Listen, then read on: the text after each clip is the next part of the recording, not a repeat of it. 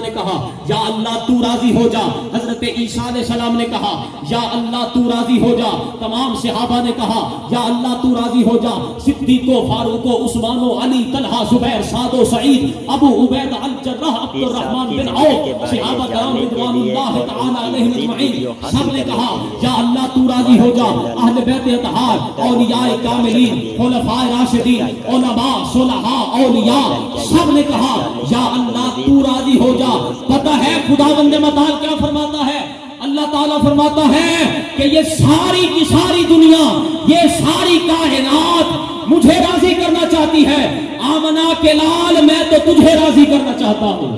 وَلَسَوْفَ يُعْطِيكَ رَبُّكَ فَتَرْضَىٰ أَلَمْ يَجِدْكَ يَتِيمًا فَآوَىٰ وَوَجَدَكَ ضَالًّا فَهَدَىٰ وَوَجَدَكَ عَائِلًا فَأَغْنَىٰ فَأَمَّا الْيَتِيمَ فَلَا تَقْهَرْ وَأَمَّا السَّائِلَ فَلَا تَنْهَرْ وَأَمَّا أَعْلَمُ غَيْرَ أَنَّ فِي الْحِجَابِ الرَّابِعِ نَجْمًا يَطْلَعُ فِي كُلِّ 70 أَلْفَ سَنَةٍ مَرَّةً.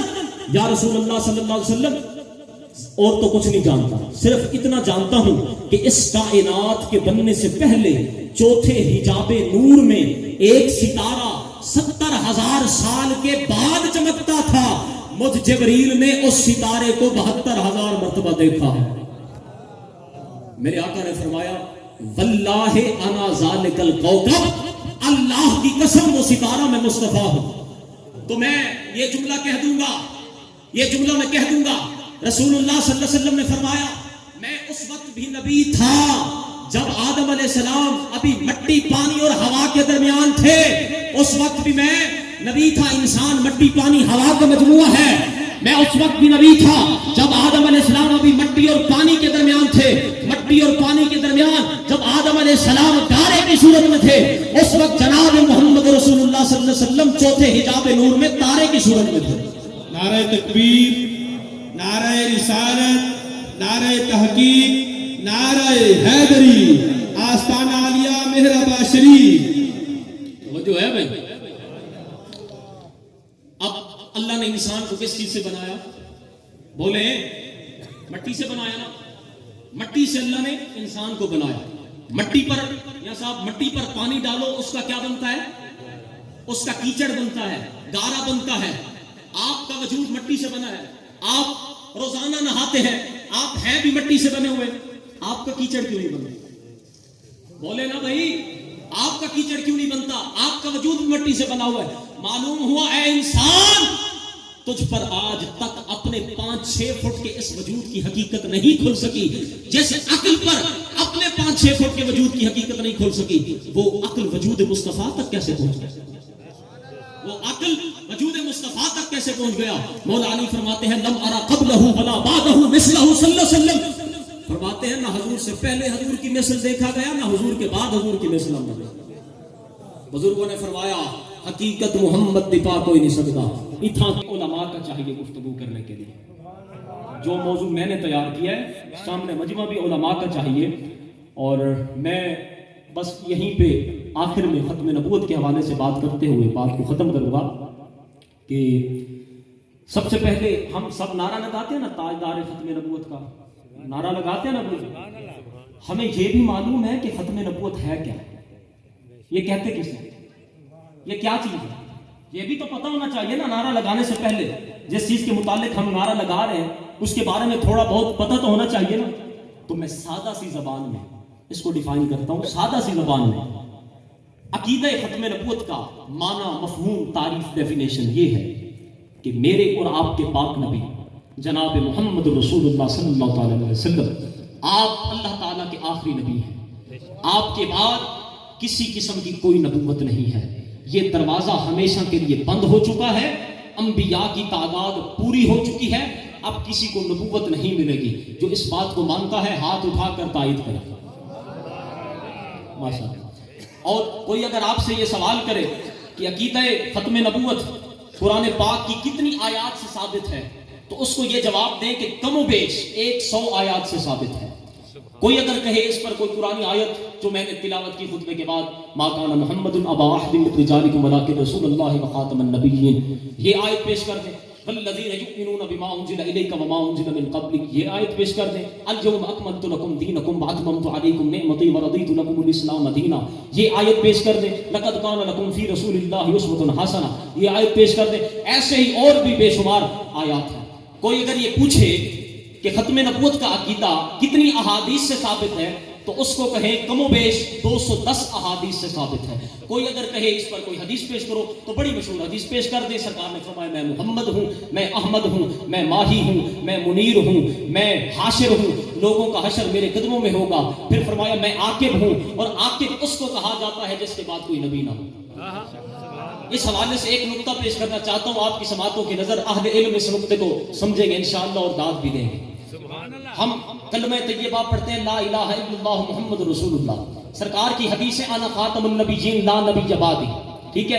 اب وہاں پہ ہم کہتے ہیں لا الہ الا اللہ. مفتی درری علی صاحب توجہ چاہوں، وہاں پہ ہم کہتے ہیں لا الہ الا اللہ، اللہ کے سوا کوئی معبود نہیں، اللہ کے سوا کوئی عبادت کے لائق نہیں. تو ہم اہل اسلام کا یہ عقیدہ ہے کہ عیسیٰ علیہ السلام زندہ ہیں، آسمانوں پر موجود ہیں، قرب قیامت آپ کا نزول ہوگا. جو مانتا ہے ہاتھ اٹھا کر تائید کرے. حضرت عیسیٰ علیہ السلام کے متعلق مفتی صاحب 4 قسم کے نظریات پائے جاتے ہیں. عیسیٰ علیہ السلام کے متعلق 4 قسم کے نظریات پائے جاتے ہیں. اہل اسلام کے نزدیک عیسیٰ علیہ السلام اپنے جسم اقدس کے ساتھ زندہ آسمانوں پر اٹھا لیے گئے تھے، اور وہ ابھی بھی زندہ آسمانوں میں ہیں، اور قرب قیامت دنیا میں تشریف لائیں گے. یہاں کچھ عرصہ رہنے کے بعد آپ کا وصال ہوگا. یہودیوں کے نزدیک حضرت عیسیٰ علیہ السلام واقعہ صلیب میں سولی دے کر قتل کر دیے گئے تھے، اور عیسائیوں کے نزدیک حضرت عیسیٰ علیہ السلام واقعہ صلیب میں سولی دے کر قتل کر دیے گئے، پھر بعد میں زندہ ہو کر آسمانوں پر چڑھ گئے اور قرب قیامت دنیا میں آئیں گے. یہ عیسائیوں کا کرسچنز کا نظریہ ہے. اب جو مرزائیوں کا نظریہ ہے وہ بھی سن لیں. مرزائیوں کے نزدیک حضرت عیسیٰ علیہ السلام واقعہ صلیب کے بعد عرصہ دراز تک روئے زمین پر رہے، اور پھر آپ کی طبی طریقے سے موت واقع ہو گئی. نہ قتل کیے گئے، نہ آسمانوں پر چڑھ گئے، اور نہ ہی قرب قیامت دنیا میں آئیں گے. یہ مرزائیوں کا عقیدہ ہے. لیکن جو سب سے غالب عقیدہ ہے وہ ہمارا عقیدہ ہے وما قتلوه یقینا بل رفعه اللہ الیہ. وہ عقیدہ ہے سب سے جو غالب، وہ ہمارا عقیدہ ہے. اس لیے اس عقیدے پر بھی آپ کار بند رہیں. اور ایک اور بات کہ مرزا قادیانی نے خود کو مہدی موعود کہا.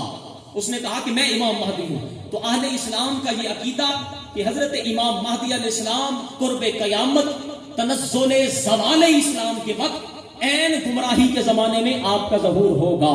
جو مانتے ہیں ہاتھ اٹھا کر تائید کریں. اور آخری نقطہ یہ، اس پر کسی کا ہاتھ کانپنا نہیں چاہیے. بڑے بڑے لوگوں کے ہاتھ کانپ جاتے ہیں کیونکہ مجبوریاں وابستہ ہوتی ہیں. یہ نقطہ کہ منکرین ختم نبوت جتنے بھی ہیں، ہم امام اعظم کے پیروکار ہیں نا. امام اعظم کے نزدیک حضور کے بعد مدعی نبوت سے دلیل طلب کرنا بھی کفر ہے.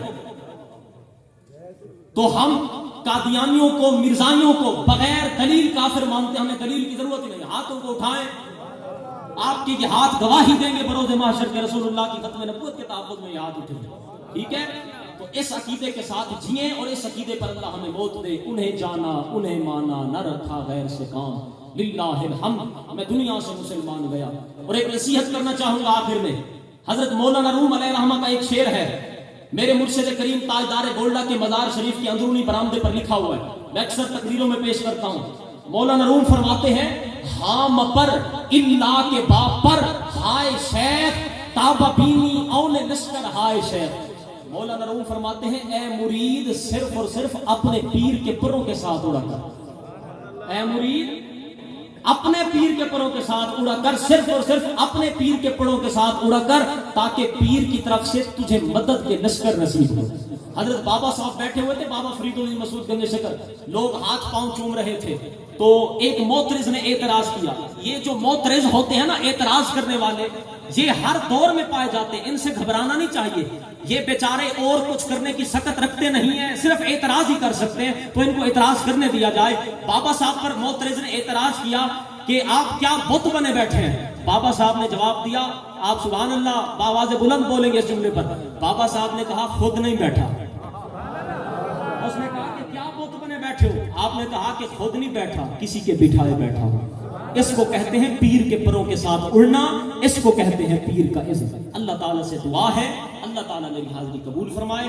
جیسے آپ اس سال آئے ہیں، ہر سال انشاءاللہ جب تک اللہ نے زندگی رکھی تو اسی تواتر کے ساتھ انشاءاللہ یہ محفل مبارکہ ہوتی رہے گی۔ آپ سب آپ تشریف لائیں گے۔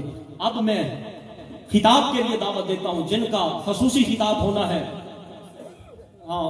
ان سے پہلے میرے چھوٹے بھائی سید اسد امام آپ اپنی حاضری پیش کریں گے، اور ان کے بعد انشاءاللہ مفتی صاحب کا 1 گھنٹے کا خطاب ہوگا انشاءاللہ۔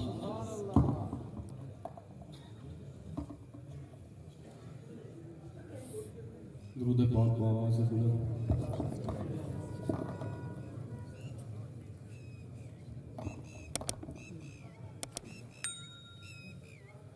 صلی اللہ علیہ یا رسول اللہ وسلم علیہ یا حبیب اللہ، صلی اللہ علیہ یا رسول اللہ وسلم علیہ یا حبیب اللہ۔ تاجدار گولڈا سیدنا پیر پیر علی شاہ صاحب رحمۃ اللہ علیہ، آپ کا مشہور زمانہ کلام۔ اجے بھی او پیاں دس دیاں سانو ماہی والیاں ٹالیاں، اجے بھی او پیاں دس دیاں سانو ماہی والیاں ٹالیاں، اجے بھی او پیاں دس دیاں سانو ماہی والیاں ٹالیاں،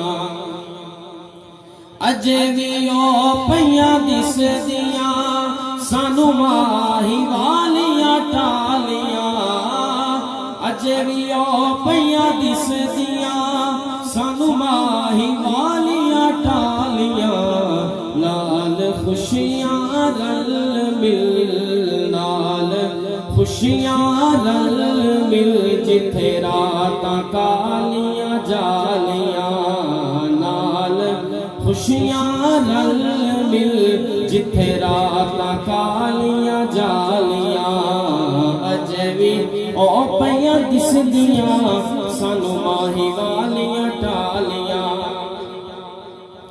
ارے تھی او ہے ارے رے ہے پرے رے پر تھی،